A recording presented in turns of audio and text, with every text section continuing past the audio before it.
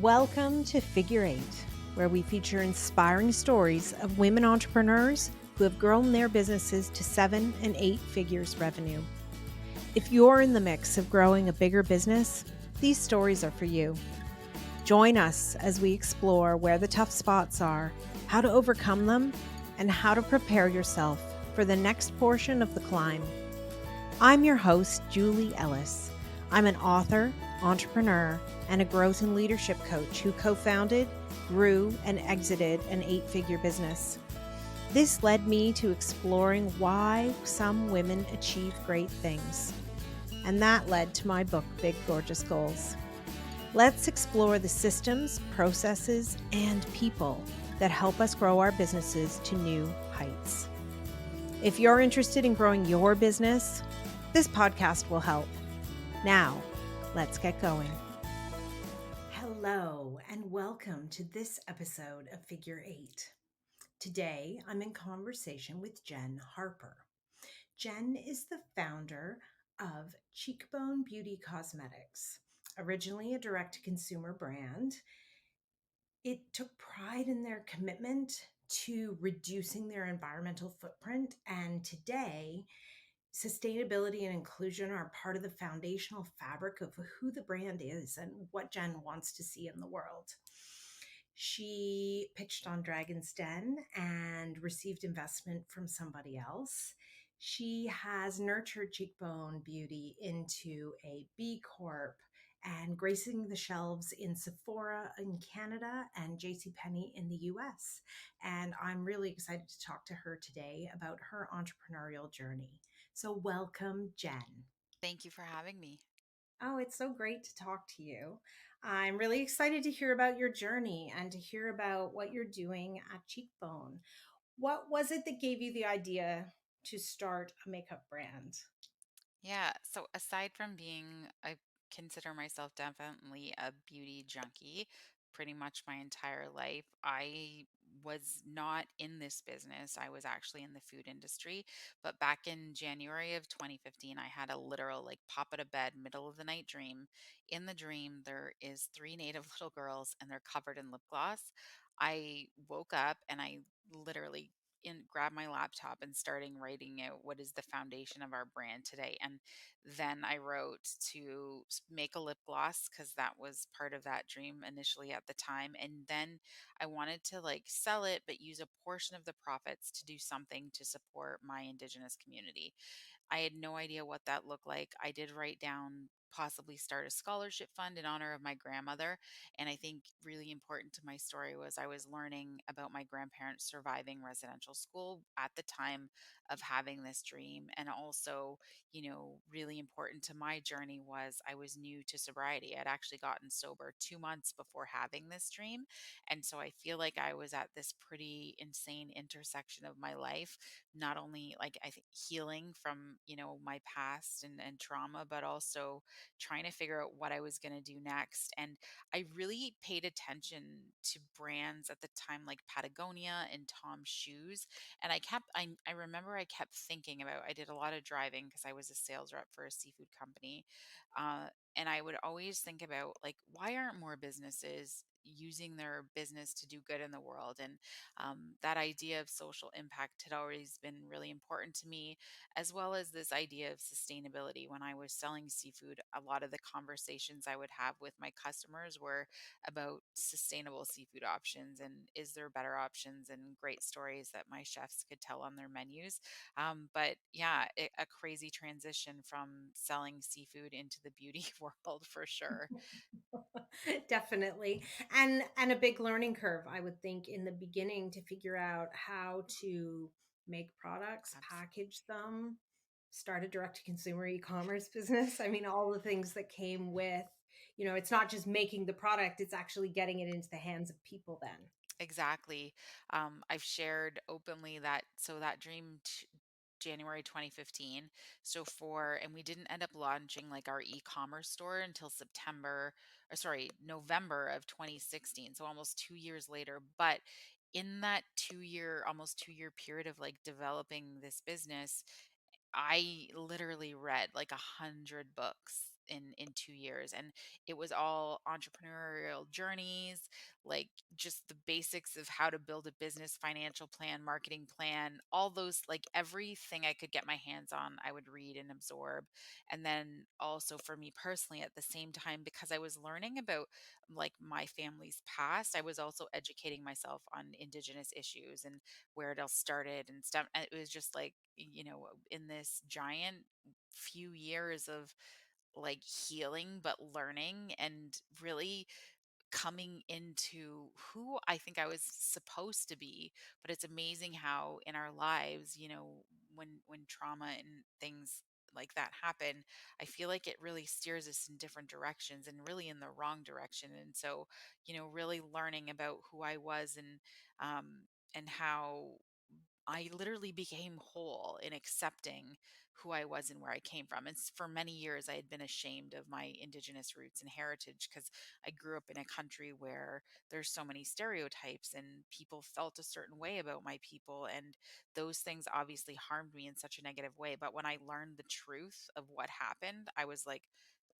no, like it was an actual aha moment, like, oh my goodness, this makes so much sense. Okay, now what can I do with my experience to help change this narrative or change this story, and not just for me and my First Nations family, but like create a business that would be then become like a beacon of hope, and also this concept that was in the foundation of the early days of Cheekbone Beauty about representation. And I think in the beauty space in particular, we always saw this sort of Eurocentric version of what beauty means. Like growing up for me, it was the supermodels, and never obviously could I relate to any of those supers, nor I don't think a lot of people can. So, and could we bring a different version of like just inviting more faces into the beauty space and providing more representation from multiple shades of human beings, from the fairest of fair to the deepest of deep skin tones, and really this whole idea of inclusivity, which has now become so popular.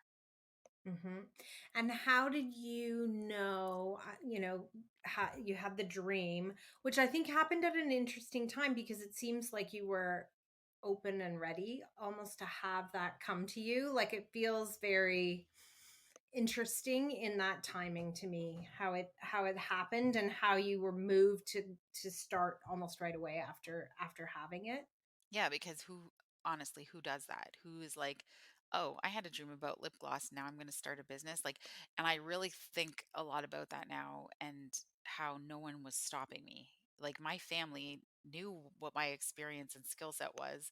It was not in this beauty space and family and friends. And I think about when we have these early ideas as entrepreneurs, maybe keeping them to ourselves for as long as possible is the best thing, because people could definitely come into our life and say, you don't know anything about this, like what are you thinking? And I am so grateful, because of sobriety, my family, I literally, and friends literally thought, okay, she's sober, she is really happy doing this thing that she thinks she's if let's let her think she's going to build a cosmetics company, it's not harming anyone.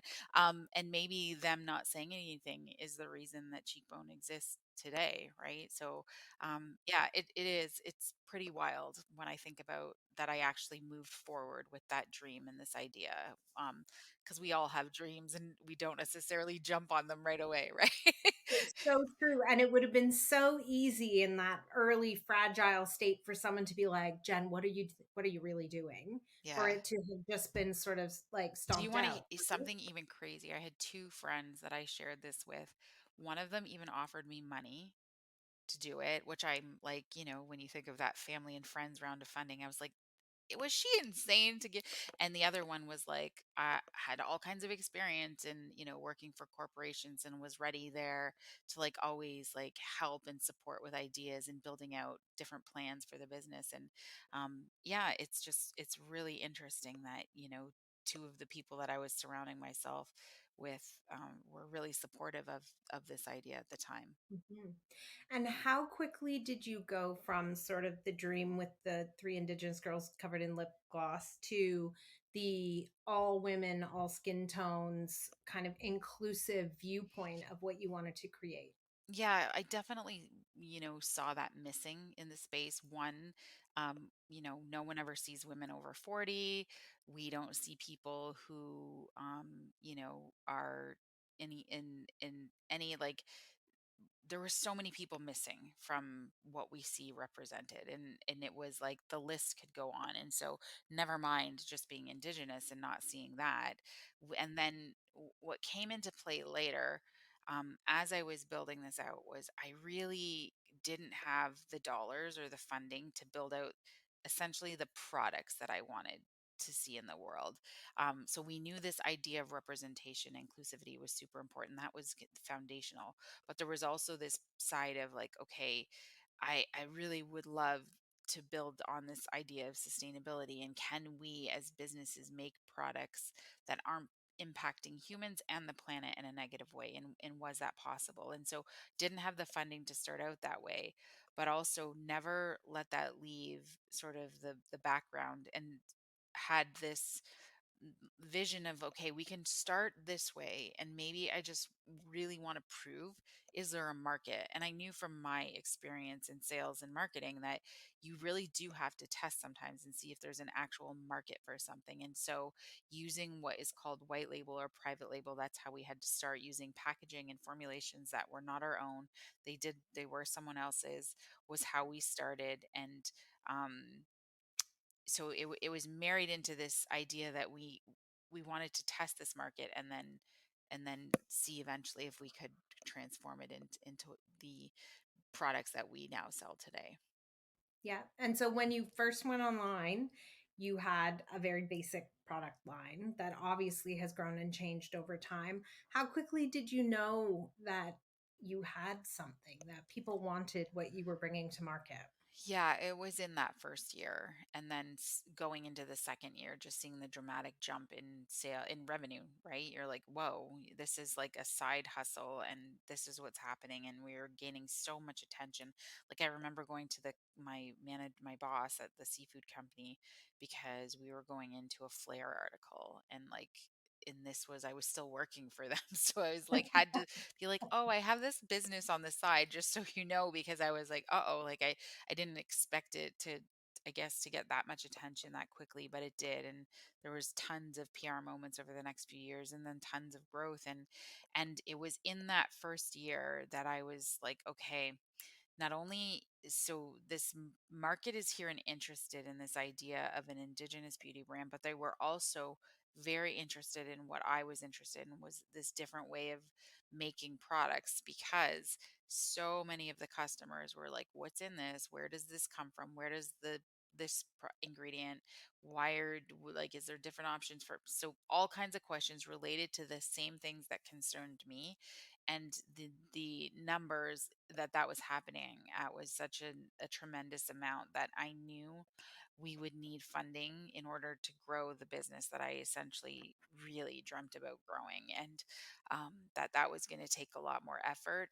However, I also was really aware that I'm not a celebrity, an influencer, and no experience in the beauty industry. So I had honestly had no clue who would ever invest in this business. Right. And so you started with friends and family. Well, no, technically, I had ended up meeting at, the right place, the right time, this startup called Raven Capital. And so they were the first Indigenous investment fund that invests in businesses based on social impact. And so they're based out of Vancouver, Canada.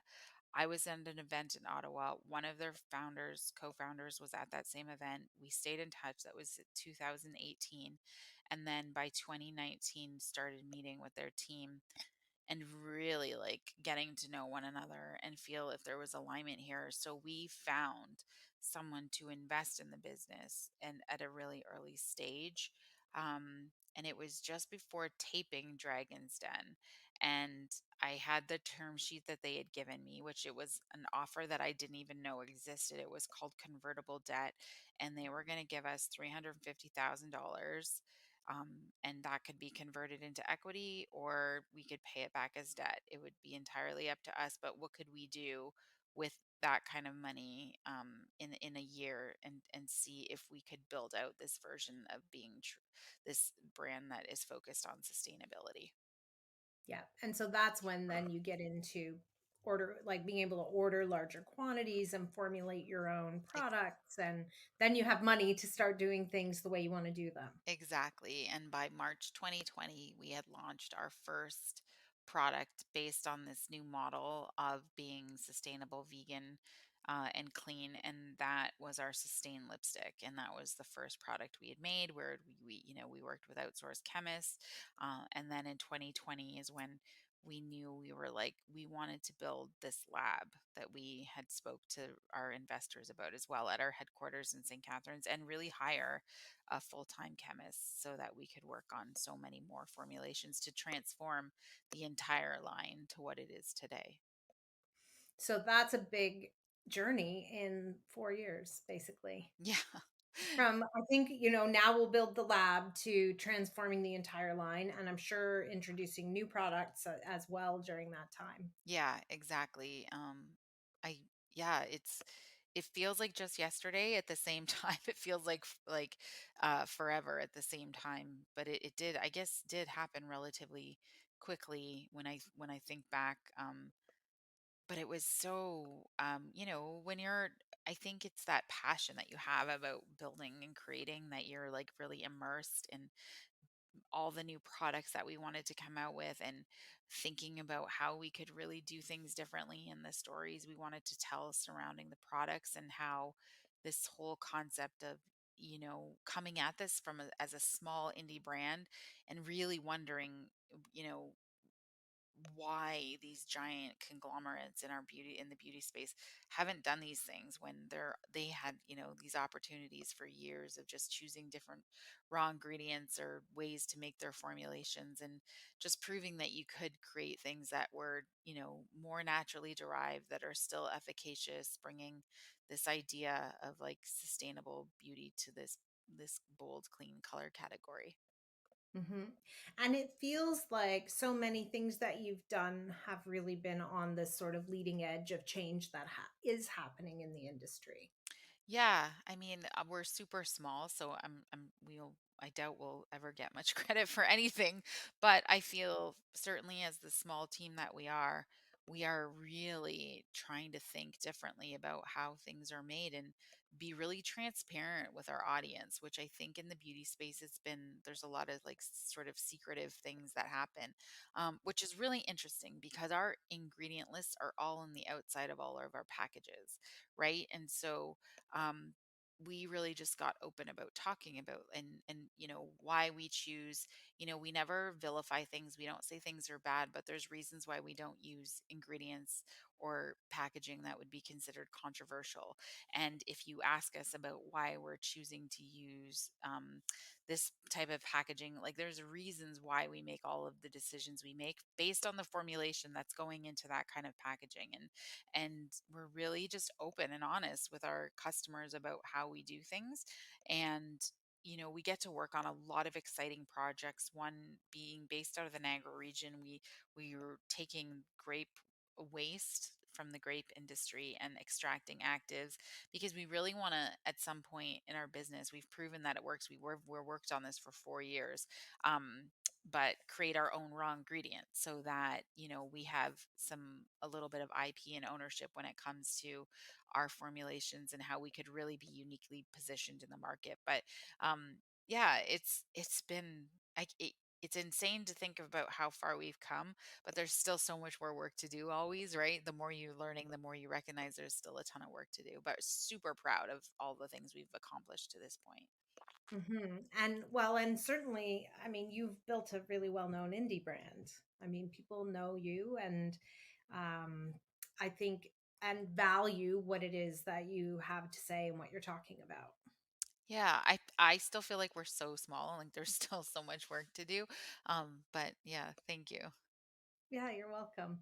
I know it is one of those curious things. We were talking before a little bit about just that, like, you know, the problem solving that comes with, right? And how, bigger business, bigger problems, but you can kind of use what you've learned along the way to keep, pushing it forward and getting the help that you need, and, how you kind of keep that from slowing you down, I guess, is I'm curious about. Yeah. So when I think about the kind of problems that we face now versus the ones way back when, they are so much bigger.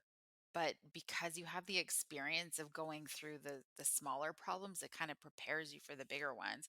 But it never get like this is one thing I just have learned. This is never going to get easier. Like it's just not. Like that's not in the cards for this path that I've chosen to be in entrepreneurship and sort of lead the business, right? That it's yeah, it's never getting easier. And it's funny, you just get comfortable with that, right? Hmm. Well, and I mean, you said now you have more data to use to help you make the Yes, decisions, to do more research about what your customers want, what they buy from you, those kinds of things. But it is that thing of you've got to be thinking about how you want to make decisions because it is bigger and more complicated and you don't want to get stuck. exactly. Exactly. And you can become like we're in an industry where newness is really important, so you have to constantly be thinking about what's new, what would be the next big product that you think the consumer wants to see, and that is industry wide. So if you're not doing that, you really will get lost and forgotten.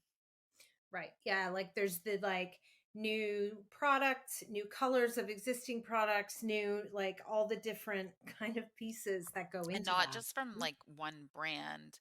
You can see it's like the newness of the idea of even a new brand is like very exciting in our space. And so you're competing with more and more and more brands, never mind based on the products and how, we're in a space too where it's like, okay, how innovative can you get or afford to get really? Because innovation is really costly. Yeah.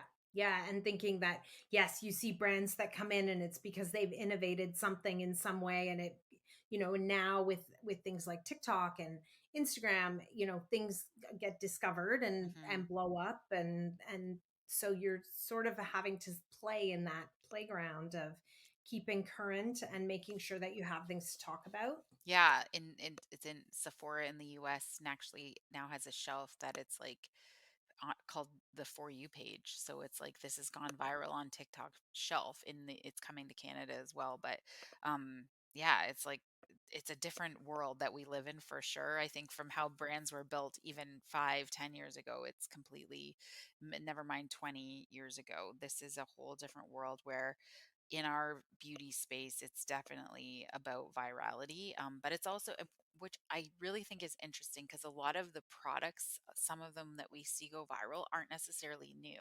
I know one foundation that just went viral. It's been launched for like 3 years before it went viral. So I think it'll be a matter of what influencer gets their hands on it and talks about it. Yeah. Yes. And how it gets watched and people want to try it and all the things. Yes. Yeah. And so what's it been like for you moving from being strictly direct to consumer to listing your products in places like Sephora? Yeah, so in a very short period of time, we launched in Sephora, Canada, and we're in 60 locations across the country. And then last year, we launched in JC Penney in the United States in 609 locations. And full disclosure, I've never had any experience, me personally, working with retailers. I've been in the hospitality world, and that was my experience. And so this has been a complete learning curve.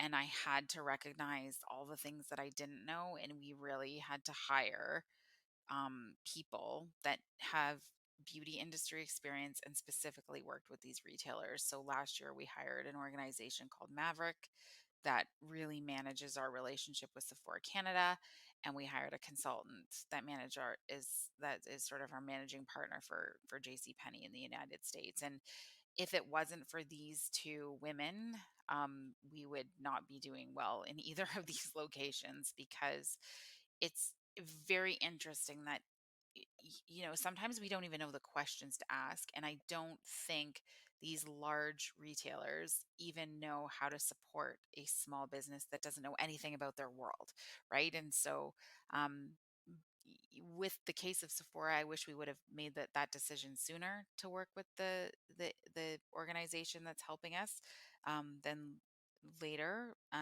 But hindsight, I mean, you can't go back, and so I'm glad we're in the position we are now because things are going much better with definitely our work and growth at Sephora in Canada. And yeah, we're really focused on the Canadian market right now. I feel like as a Canadian brand, we most certainly should be the brand of choice for Canadians to be using and thinking about. There's not many of us that are in this space, and that's really our push right now.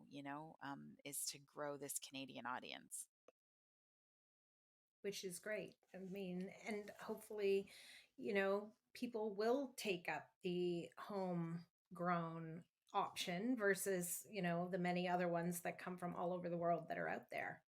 Yeah, and it's so funny because the t- our team in store in Vancouver, we have a sales rep, and in Toronto, it's really tough. Like they're really open, and if you think about Sephora, this is like a mecca playground for all things beauty.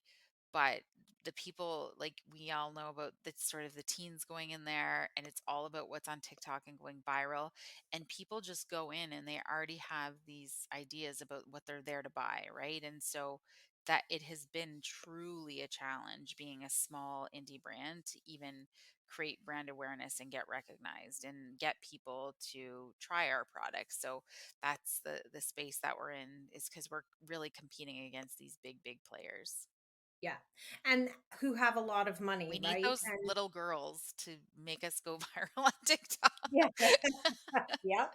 But it's true, right? You think those big brands, they have the money to send reps into all the Sephora stores and do all the things to make sure that their products are heard about, talked about, and known. And so it Hmm. is, I think, a challenge from that small side, um, to how do you build that awareness? Definitely a lot slower of a plan than I once envisioned. I think as an entrepreneur, we want these things to grow a lot faster, but I think being realistic about the speed of growth is really important. Yeah. And yeah, and keeping up the social media profile and like building their audience in that way so that, your consumers will buy from you online, but will also walk into Sephora because they're looking for something else and they will ask for your brand. Yeah, and we really, we want to tap into that Sephora customer because we recognize it's probably not the same person as a cheekbone customer. Right. Right. So that's part about market growth, really. Hmm. Yeah. Growing to new consumers and different consumers. Hmm. Yeah. And so from that first investment, like I just think about managing all the SKUs with all those colors, like and all those products, and thinking about when you make a physical thing, what are like the hard parts about that, right? And so, yeah, you get the investment and then you can do new products, have a lab, hire a chemist, but then the business grows and then you need more capital to have more inventory for places like 600 stores in JC Penney is not small. No, yeah. So Raven has been our investment partner along the journey, and I think they've invested $1.8 million in our brand since we started our relationship. Yeah, and it just it requires capital to do what we're doing, and each stage of the way of growth. If our goal is to grow Sephora Canada to get into Sephora USA, and again, that would be another huge time when we would need more capital to make that happen. Yeah. Yeah. Yeah. And then keep on with the, expanding your research and development and continuing to dream up great new things that you can bring to market. And it's because nothing ever goes away, right? In all of those No. circles of things that you're just adding more. Yeah, and we're really, in terms of innovation, it's this idea for us, like we really look to my indigenous roots on how we make and create things, and we're really trying to uniquely position ourselves, as we are the only indigenous brand that builds and makes things from our own lab, and doing it using concepts or teachings that were passed down in our culture for generations. And when we honestly think about the relationship Indigenous people have with the land, it's very unique and it's very special. And we take these teachings into that lab. We call it our Indigenous Innovation Lab, and it's marrying Indigenous wisdom with Western science to make the products that we make. And so we think about packaging and we think about the raw materials of the formulation. And we want to make things that are biodegradable. Like our makeup is not made from, silicones that won't disappear. Like the raw ingredients need to hit and be biodegradable in order to not impact our ecosystems in a negative way. We look at refillability, compostability, biodegradability when it comes to packaging, second, third life of plastic. So using PCR as a plastic material versus virgin plastics, and why we would need plastic in some cases is based on the formulation that we're actually putting into that product, and the longevity of it, or shelf life, if you will. And so there's so many sort of nuances surrounding those things, and we really want to be the brand here that's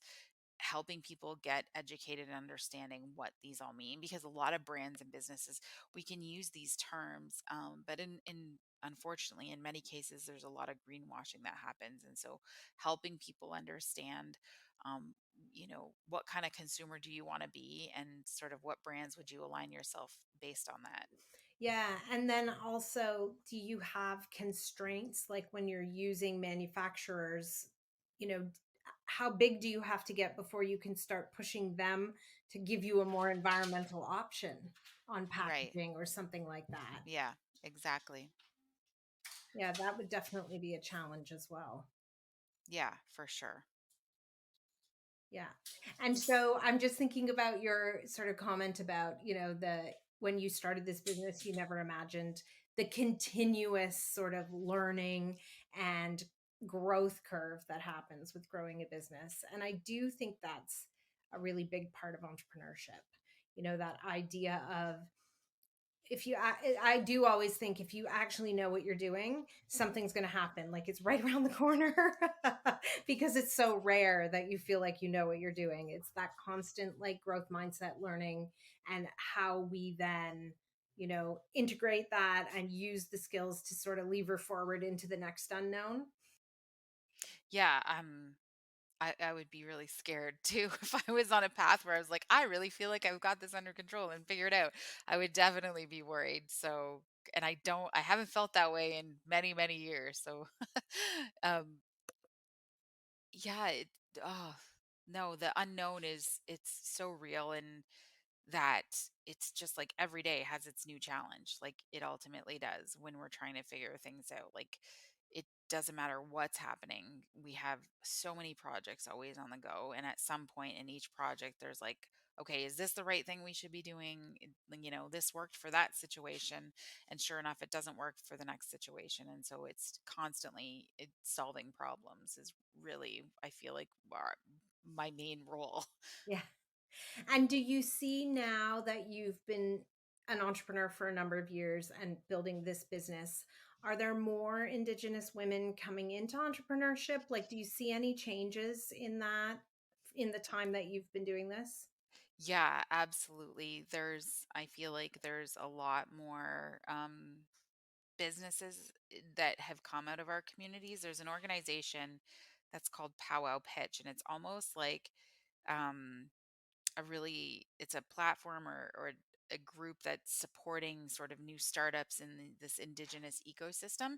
And I've seen them grow dramatically since we started. And so for me, that's full on evidence that this indigenous business ecosystem is growing. And I know the CCAB, which is the Canadian Council for Aboriginal Business, has information or data as well on, the amount of indigenous entrepreneurs that come into the space, and it has grown dramatically over the years as well. That's good. Yeah. And just thinking about, our comments about how much investment they're getting. And it's, Yeah. very, very small. Yeah.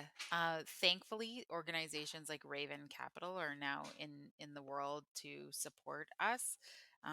But they are a they are a VC fund at the same time. And so we know how hard it is to get any VC fund to pay attention to any business, right? And we know that for women, it's even more challenging than most. Hmm. Yeah, I think it's remarkable though that you've found a great partnership, where you're being supported over a longer period of time, as you grow the business and, come back with the success from what you got from the last round of funding, to build that partnership, because I think that certainly has to help.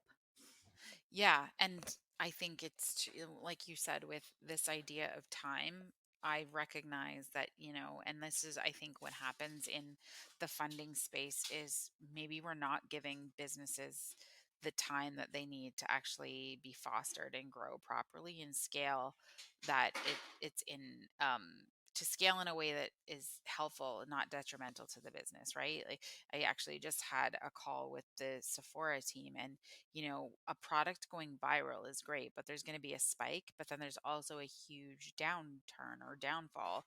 And that's not healthy for any business. And so it's important that you're scaling slowly in the right direction. Yeah. Well, and you just think of going viral, needing the money to buy the inventory because you probably don't have the inventory you need. So you're going to go out of stock. And then when you're back in stock, do people want it? Like, there's a lot of questions that come with those sort of Yeah. high and lows, right?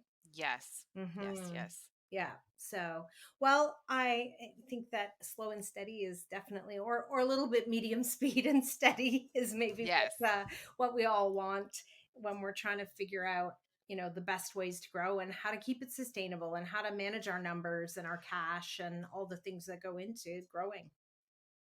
Yeah, and in the early days, I would have only imagined, I guess, being where we are, but then also still really wanting that fast growth. But I've transformed how I think about that, and I think that comes with business maturity. Hmm. And finding the sort of strategic side of,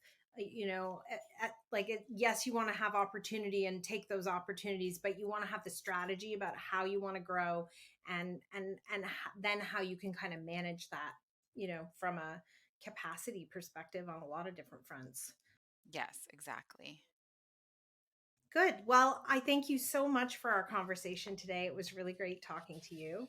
And I'm so excited to see where the brand goes next. And for all the listeners, we'll put all your links in the show notes so they can find you online, and go and find her at Sephora too and ask for the brand, because we got to grow it. We got to get it where everybody knows your name.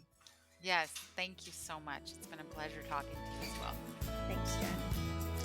I hope you enjoyed today's episode. Please remember to hit subscribe on your favorite podcast platform so you won't miss any episodes. Figure 8 isn't just a podcast. It's a way of seeing the big, gorgeous goals of women entrepreneurs coming to life. If you're interested in learning more, you can find my book, Big Gorgeous Goals, on Amazon anywhere you might live. For more about my growth and leadership training programs, visit www.julieellis.ca to see how we might work together. Read my blog or sign up to get your free diagnostic. Are you ready for growth? Once again, that's www.julieellis.ca. When we work together, we all win. See you again soon for another episode of Figure 8.